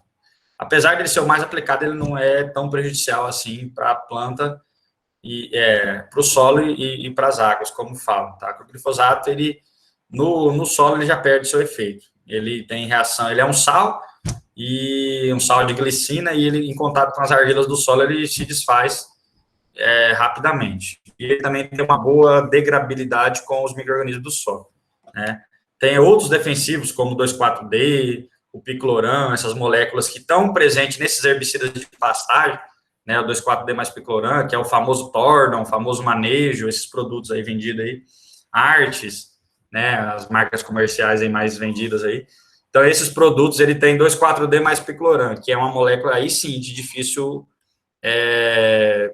vamos dizer assim, difícil se degradar no solo, tá?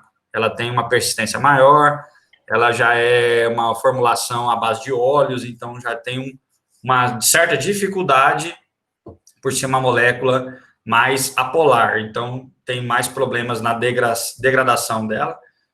Então, quando falar de recuperada é degradada, que tiver com excesso de defensivos agrícolas, principalmente defensivos de pastagem, que é aquele que o pessoal aplica muito em área de pastagem para controlar a pastagem. E esse defensivo está ali no solo, e você vai e planta lá uma muda de garapeira, por exemplo. Aí a garapeira, um cedro, uma cerejeira, que é uma espécie maravilhosa para você usar para recuperar a área degradada, aí você tem lá resíduo desse defensivo de pastagem, que é o 2,4-D mais picloram, você joga a muda lá, essas mudas são sensíveis demais a esse herbicida, e aí ele está lá no solo, a raiz absorve, morre a muda. Ah, mas eu adubei essa muda, ah, mas eu botei água, ah, mas eu fiz um monte de coisa e a muda morreu. Muda morre. Oi, pode falar. Mas o fluroxipir, ele também deixa resíduo? Muito resíduo. Fluroxopir é mais ainda, o bicho é danado, que é o pleno, né? O pleno é o picloram com fluroxopir mais picloram, acho que é. E que é também o arreio, o pasto da mata. Oi? Ah, o arreio, isso, é. O arreio. É o mesmo pleno lá da Agrosens, né? Que é basicamente a mesma formulação química. Então, esses herbicidas aí, com certeza, eles têm, ó, na nossa região, que é uma região que chove bastante, eles têm uma degradabilidade em torno de 6 meses a 1 ano. Em outras regiões do Brasil, chega até 2 anos de persistência no solo. Para o produtor de pastagem, isso é maravilhoso. Por que eu digo que é maravilhoso? Porque o herbicida fica ali no solo, nasceu uma sementinha da planta daninha ali, ele já vai lá e a planta daninha absorve aquele herbicida, já mata ela antes dela nascer. Então, automaticamente a pastagem do produtor vai estar sempre livre de plantas daninhas, que a gente chama de planta daninha, né? O que é a planta daninha? Aquela que compete ali com a pastagem, compete com qualquer outra cultura de interesse. Que às vezes nem é planta daninha, né? A gente chama ela de planta daninha porque ela compete, mas às vezes ela tem, toda planta tem sua função na natureza. Não sei se vocês têm aquele livrinho de plantas daninhas, eu tenho um. Uma vez eu dei para uma senhora antiga, dessas pessoas que faz chá de tudo, tudo aquelas plantas que estava lá escrito como planta daninha no livrinho, ela falou que aquilo era remédio para alguma coisa, né? Tem lá quebra-pedra, quebra-rim, tem não sei o quê, tem um monte de, tudo quanto é planta que tinha lá, ela falou, ó, isso aqui é para isso, isso aqui é para aquilo, isso aqui ajuda para isso, era tudo quanto é coisa que estava lá, tinha alguma função, e realmente tem, né? O negócio é que essa planta, às vezes, ela está num lugar não desejado pelo homem e ela é considerada uma planta daninha. Às vezes, essa palavra daninha é até errada a gente colocar. Deveria ser planta invasora, ou planta que invadiu uma área que não era área de interesse agronômico, né? Mas, em geral, é isso que acontece, né? Só para a gente entender melhor. Caiu minha conexão de novo? Que bosta que tá hoje, hein? Caiu não, né? Ah, não, caiu não. Ou caiu? Não, caiu não. Achei que tinha caído, escutei um barulhinho aqui de quando cai. Mas então.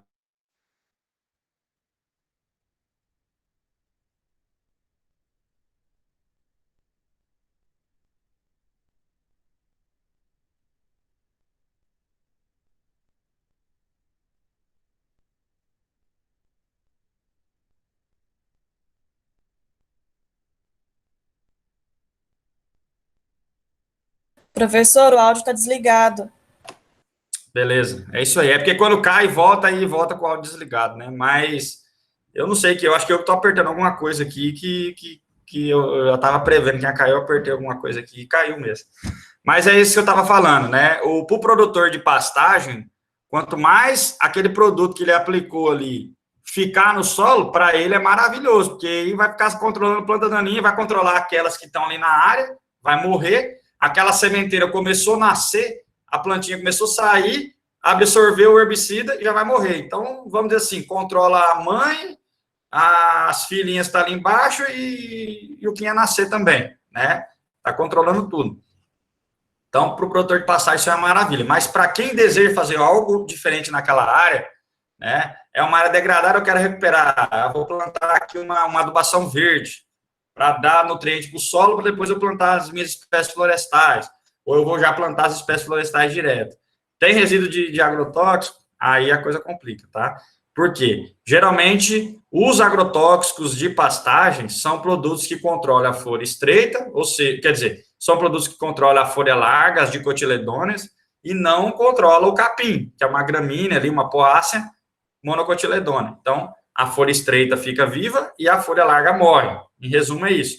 E aí, quando você põe uma espécie florestal ali, todas elas, a maioria delas, são espécies dicotiledôneas de folha larga. E aí, o produto está ali no solo, a mudinha começa a crescer, começa a absorver os nutrientes, é a hora que ela absorve um herbicida desse aí que está lá no solo. É onde causa a morte na muda. Quando você vê uma muda morrendo aí no solo, é por 2 motivos, né? Geralmente é isso, tá? Se você botou adubo e tem água, ela só morre por 2 coisas. Herbicida no solo, é fato, ou muda mal aclimatada, aquela que sai do viveiro e já vai direto para o campo, que pega sol direto de uma vez só. Então, geralmente, o insucesso da maioria das lavouras aí são esses, de recuperar degradada é esse.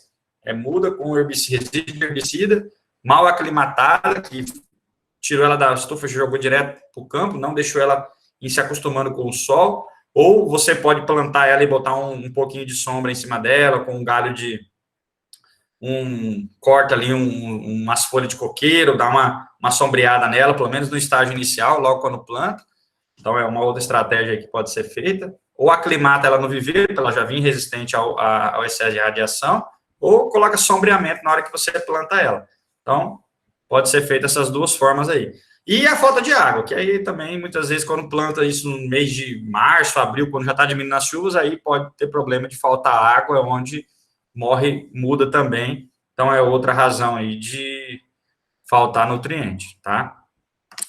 Bom, dando sequência aí à nossa aula. Então, biocidas é um problema químico, tá? Os poluentes aí, radioativos, defensivos agrícolas e hidrocarboneto.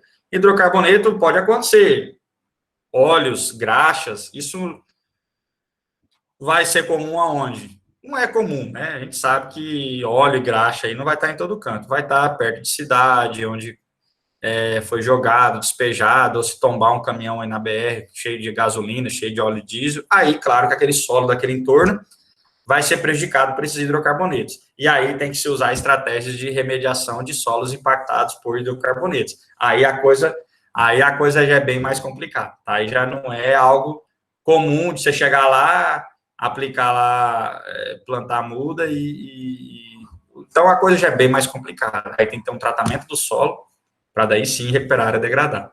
Tá? Então, quando você fala de resíduo de gasolina, de graxa, de óleo diesel, de qualquer tipo de hidrocarboneto no solo, a coisa é bem mais a recuperar essa área degradada, aí tem que ser feito um tratamento de todo aquele solo, retirada muitas vezes do próprio solo.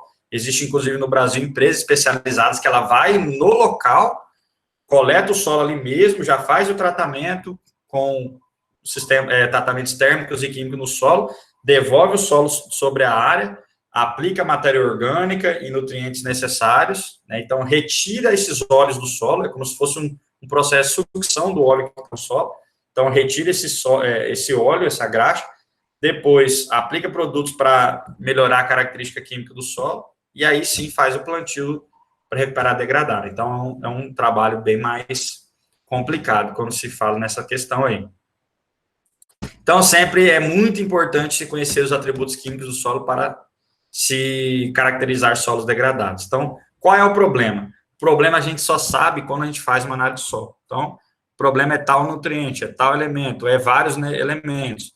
Quando o problema não é só nutricional, aí pode ter salinidade, pode ter esses resíduos de agrotóxicos, pode ter esses resíduos de hidrocarboneto, que aí que eu digo que às vezes é um problema que se você não estudar e não entender a disciplina bem entendida, você não vai conseguir identificar isso lá no campo, né? Muitas vezes o pessoal só faz uma análise química tradicional do solo. E aí, essas análises mais específicas de resíduos, de graxas e hidrocarbonetos, elas são análises mais específicas e tem que ser mandadas para laboratórios que têm essas características aí. Existe uns papéis que compra, alguma coisa assim, que identifica se o solo tem poluente. Eu já vi um pessoal usando aí, e é por cores, né? Então, identifica se tem resíduos, se tem poluente, só identifica. Ó, aqui tem... Aí, se for graxa, ele fica de uma cor, se for resíduo de herbicida, fica de outra, inseticida, enfim. Então, ele identifica que tem o poluente, ele identifica qual que é o poluente, tá? Mas aí, para você identificar qual que é o poluente, basta você fazer uma pergunta ali para o produtor ou para quem mora na região. Ó, por que aqui deu esse excesso de herbicida? O que você já aplicou aqui? Ah, eu apliquei tal tipo de produto. Aí, claro que você vai identificar que o problema é esse. Então, tem essa análise que é feita, coleta do solo, e pode ser feita com base em uma análise até simples, que é feita com cores, e você só identifica qual o tipo de resíduo, mas não sabe o que ele é. Se é um inseticida, se é um fungicida, e se é fungicida, inseticida, que tipo de molécula é essa? Mesma coisa quando identifica hidrocarboneto, só identifica que tem óleo ali, mas que tipo de hidrocarboneto que é, se é graxa, óleo diesel, óleo queimado, coisa do tipo, é difícil de identificar, mas sabe que tem, e já vai prejudicar o solo, tá bom? Bom, aí a gente fala um pouquinho, né, um pouquinho já da parte química e física, né? Então, o solo, de modo geral, ele tem as suas fases, né? A gente chama aí de fase do solo. Um solo agronomicamente perfeito é aquele solo... Não tá mostrando? Tá? Não. Um solo agronomicamente perfeito é aquele solo que ele tem aproximadamente, tá? Isso aí vai variar, é lógico, né? Ele vai ter aproximadamente 50%. Então, de 100% do solo, metade são poros, espaço vazio, e a outra metade, que a gente pode chamar aí de nutrientes, né? Ou a parte sólida, com matéria orgânica e os seus nutrientes. Então, vamos pegar lá, 100% do solo, 50% de poros. Se nesses poros a metade for preenchido por água e a metade por ar, beleza, porque aí a planta vai conseguir respirar, suas raízes vão respirar oxigênio e também vai conseguir absorver água. Então, quando você tem um solo com metade é poro, dessa metade você tem água e ar, e na outra metade você tem minerais junto com matéria orgânica. Então, esse seria o solo, vamos dizer assim, mais perfeito para a maioria das plantas se desenvolver bem, tá? Como é que a gente sabe disso? Aí tem que fazer testes físicos, tá? Aí já entra naquela parte física que vai estar em manejo do solo, que você tem que fazer teste para saber se o solo tem quantos por cento de poros, quantos por cento tem de minerais. Então, existe lá o que a gente chama de teste com anel volumétrico, né, que coleta o solo, e você pega esse anel volumétrico, pesa o solo antes, pesa depois, sabe quanto tem de água, sabe qual é a massa do solo, massa ou volúmico, descobre a densidade e também descobre a porosidade desse solo. Então, a gente faz esse teste aí na disciplina de manejo e conservação do solo, que é a parte física do solo, tá? Então, eu identifiquei que o meu solo tem lá em torno de 50% de poros, automaticamente os outros 50% vai ser de minerais mais matéria orgânica, ou seja, 50% de sólidos que estão ali naquele meio ambiente. Esse solo ele vai ter boas características para um bom desenvolvimento das plantas. Claro que se tiver um volume maior de matéria orgânica, de 3 a 5%, aí, 4% seria o ideal já, de matéria orgânica, em torno dos 46% de minerais, desses 50%, você pegar aí 4% de matéria orgânica e 46% de minerais, seria um solo agronomicamente ideal para a maioria das plantas, tá? Então, da fase sólida do sólido, a gente chama aí que é a parte dos minerais, mais a matéria orgânica, né? Ambos têm importância aí nas características químicas do solo, para identificar aí solos degradados. Então, um solo que tem degradação, ele vai estar com matéria orgânica geralmente abaixo de 2%, tá? O ideal é que seja de 2 a 5%.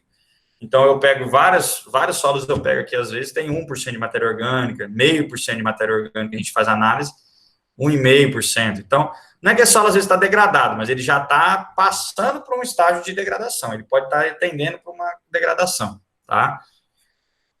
Abaixo de 2% de matéria orgânica é um solo que está pobre em matéria orgânica, então tem que fazer com que esse solo aumente os conteúdos de matéria orgânica dele. Um solo que tem, muitas vezes, também uma densidade baixa, uma densidade muito elevada, acima de 1,4, a gente chama aí, que é um solo que tem uma densidade acima de 1,4. O que é essa densidade acima de 1,4? 1,4 toneladas por metro cúbico, né, ou 1,4 gramas por centímetro cúbico. O que isso quer dizer? Para cada 1.000 litros de solo, vamos dizer assim, para cada... vamos pegar por quilo, melhor. 1,4 quilos por litro. Para cada 1 litro de terra, imagina uma vasilha aqui cheia de terra, 1 litro de terra. Nesse 1 litro de terra de solo, a gente pegar isso e pesar, vai dar 1,4 quilos, né? Quando passa desse valor de 1,4, 1,5, 1,6, já começa a ter problema com densidade elevada, dificuldade de crescimento de raiz e começa já a ter problema. Mas isso a gente só sabe fazendo o teste físico, tá? Com anel volumêtrico. Então, dá para ser feito isso em laboratório e também a campo, tá? Então, quando o solo tem uma densidade muito elevada, ele tem uma massa, né, compactada ali, aí dificulta o crescimento de raiz. A gente consegue identificar isso na propriedade e também em laboratório. Claro que em laboratório vai ter uma precisão bem melhor, tá? Mas a gente pode fazer uma prévia, um testezinho simples, como é que pode fazer isso aí a campo, identificar se o solo está compactado ou não, tá? E um dos grandes problemas aí, de modo geral, do insucesso de, muitas vezes, de plantios é solos compactados, né? Por exemplo, às vezes o pessoal vai fazer uma cova para introduzir uma espécie florestal para recuperar uma área degradada, além da cova ser pequena, muitas vezes faz ela muito curta, às vezes é o tamanho do buraco de uma cavadeira, uma boca de lobo, é com as cavadeiras, então a cavadeira daquela dá ali 10 centímetros de boca, não dá mais do que isso. Às vezes a planta precisa de 40 centímetros de espaço para ela crescer e a raiz se desenvolver. Então, quando ela cresce muito apertadinha, ela não consegue romper aquela parede de solo. Quando ela cresce livre, ela vai tomando grossura, ela vai crescendo, ela vai ficando resistente. Quando ela bate na parede do solo, ela tem força para empurrar e entrar para dentro, tá? Então, quando você faz uma cova muito estreita, a planta ela não consegue crescer e se desenvolver. E aí vai ficar igual uma planta num vaso. Apesar de que ela está lá no solo, está lá no chão para crescer, ela vai ficar ali restrita, vai ficar ali imprensada naquelas paredes. É como uma planta dentro de um vaso que ela não cresce mais do que aquele tamanho que ela chegou. Chegou um momento que você tem que tirar a planta do vaso e botar ela no chão para ela continuar crescendo, né? Porque geralmente tudo que está ali na raiz é o que está na parte aérea. Então, se o vaso for ali de, sei lá, de 10 litros, ela só vai ter ali mais ou menos 10 litros de copa, ela não vai crescer mais do que isso. Então, ela fica restrita, a raiz não cresce, ela também não cresce na parte aérea, tá? Então, sempre lembrar que, para a maioria das espécies florestais e que vai recuperar a degradada, tem que ser feita uma cova bem feita. Costuma essa cova ser sempre, na maior parte das vezes, de 40 por 40 por 40, ou seja, 40 de largura, né, 40 de boca em cima, por 40 de profundidade, para a maioria das espécies, e muitas vezes até mais do que isso, 50, 60 de profundidade, e isso, para que se fizer uma cova maior do que isso, fica melhor ainda, né, um solo bem poroso, para ela conseguir crescer suas raízes, porque depois que passou o tempo ali de crescimento inicial, 1 ano de idade, mais ou menos, essa raiz, ela vai ultrapassar esses 40 centímetros, ela mesma, por conta, ela vai descer e vai para as laterais, e ela vai romper essa parede de solo, que ela vai ser uma raiz, já vai ter força suficiente para fazer esse rompimento da parede do solo, do perfil do solo internamente, tá? Bom, e a fase sólida do solo? Falamos da parte física, a parte sólida, né? A gente coloca aí composta por vários agregados, né, dentro da fase sólida ainda, partículas unitárias cimentadas por matéria orgânica, isso aí é importante, tá? Então, eu tenho um solo com vários agregados, é interessante porque o que é o agregado? Agregados são partículas de solo bem estruturado que promovem a absorção de água e retenção também dos nutrientes, tá? Então, geralmente, dentro de um agregado, o que é um agregado? A gente fala assim, um torrãozinho de solo. Não é bem um torrão. Um agregado é aquela partículazinha de solo que ali ela tem areia, de argila e também tem poro, tem espaço vazio dentro dele. E esse poro que está lá é um microporo que vai absorver água. Então, um solo rico em agregados, ele é um solo mais bem estruturado. Vocês querem saber se um solo é estruturado ou não? É fácil, tá? O que pode ser feito? Pode pegar um copo, colocar água e jogar um tolete, um pelotinho de solo ali dentro. Tá? Dá uma mexida. Se esse torrão se desfazer facilmente, você vai ver que é um solo que tem pouca estrutura. Então, o nível de agregação dele é baixo. Tá? Então, é um solo que vai se erodir mais facilmente. É um testezinho bem simples de a gente fazer até em casa. Tá? E quando é um solo que tem boa estrutura, ele está bem estruturado, não digo um solo compactado, tá? Um solo bem estruturado, ele vai estar ali com matéria orgânica, que ajuda a cimentar as partículas, ele é um solo que vai ter melhores características físicas, e aí você joga esse esse agregado, esse pedacinho de torrão dentro de um copo com água, você mexe, ele vai permanecer com a sua estrutura intacta, ele não vai se desfazer facilmente. Um solo que se desfaz facilmente é um solo que qualquer chuvinha leva ele embora, né? Então, nessas áreas que o solo se desfaz facilmente, é mais difícil de você recuperar, tá? Tende a ter mais problema. Como é que o solo fica mais bem agregado? Quando ele tenha mais argila e quando ele tem mais matéria orgânica. Então, isso ajuda a agregar as partículas. Quando ele tem pouca argila, pouca matéria orgânica, um solo mais arenoso e pobre em matéria orgânica, ele é levado e é erodido mais facilmente, então tende a ser uma área também mais complicada para fazer recuperação.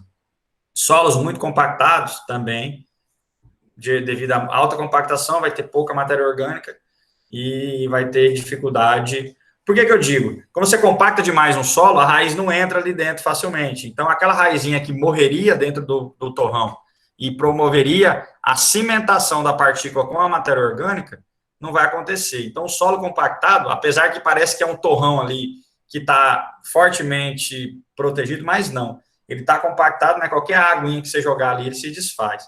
Então, um solo bem agregado é aquele que tem estrutura, mas ele não está compactado. Ele está seguro por um entremeado de matéria orgânica ali dentro dele, que faz com que ele fique ainda poroso e, ao mesmo tempo, bem seguro pelas raízes, tá? Diferentemente de um solo compactado, que só está com as partículas ali bem unidas, e quando joga água, ela se desfaz. Tá? Então, isso é o problema aí de solos compactados. Solos agregados não é compactado. Solo agregado é a união de partículas cimentadas aí por agentes orgânicos que ajudam a promover água, reter nutrientes e a raiz da planta consegue crescer e se desenvolver nesse ambiente, tá? Partículas unitárias cimentadas por matéria orgânica, nós temos os óxidos, né, e hidróxido de ferro, alumínio e sílica, tá? Então, muitas vezes, os óxidos de ferro e alumínio que nós temos nas nossas argilas da nossa região aqui, eles são unidos com a matéria orgânica e eles promovem essa agregação das partículas, tá? Então, os óxidos de ferro e alumínio, eles têm essa característica de se cimentarem e serem unidos com a matéria orgânica, assim como também as caulinitas, que é outro tipo de argila que a gente tem aqui na região. Certo? Já é 10h30, tá? Bom, gente, então, para gente finalizar, tá? Só vou falar um pouquinho aqui sobre as chamadas duas fases dos sistemas coloidais, né? Que a gente tem, no caso, as argilas minerais e temos as partículas inferiores aí até 1 nanômetro, né? Então, um ou mais materiais num estado de divisão muito refinada, que promove aí a retenção de água e nutrientes, e também nós temos aí o meio onde ocorrem reações químicas, físico-químicas e microbiológicas de grande importância aí para as plantas, tá? Deixa eu tirar meu compartilhamento de tela, vou parar a apresentação, né, porque hoje a gente falou um pouquinho aí sobre um resumão aí sobre solo, sobre a parte de fertilidade, a parte de física do solo. A gente vai estar falando um pouco mais sobre os nutrientes na próxima aula, tá? Vamos falar um pouco mais sobre a química propriamente dita, tá? A parte dos nutrientes e claro que a gente vai ter que entrar nessa parte de interpretação de análise de solo, essa coisa toda, mas um pouco mais à frente, tá?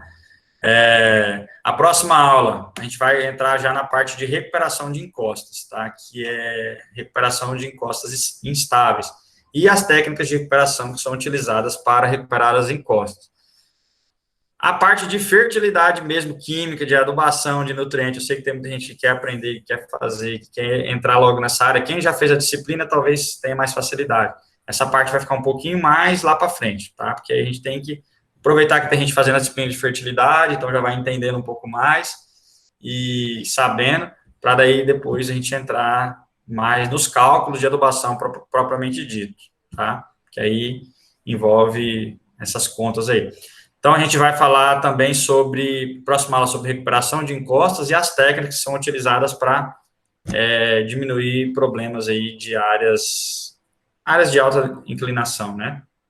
Então, essa será a nossa próxima aula, beleza? Tranquilo? Então, era isso. A nossa aula de hoje a gente encerra, né? Temos aí mais 1h30 pela frente, que geralmente essa 1h30 que seria, não só a gente fica aqui no remoto, né? Mas essa outra 1h30 adiante aí, que seria uma atividade que a gente coloca para vocês estarem postando para a gente de volta, tá? Eu vou estar colocando aí um exercício aí para vocês estarem fazendo já agora em sala mesmo e já tá me devolvendo agora mesmo na aula, tá? Coisa rápida, beleza? Vou fazer a chamada agora para a gente finalizar. Vou tirar a nossa gravação para não ficar, o vídeo já tá grande, né? Vou interromper a gravação e fazer a chamada. E aí eu vou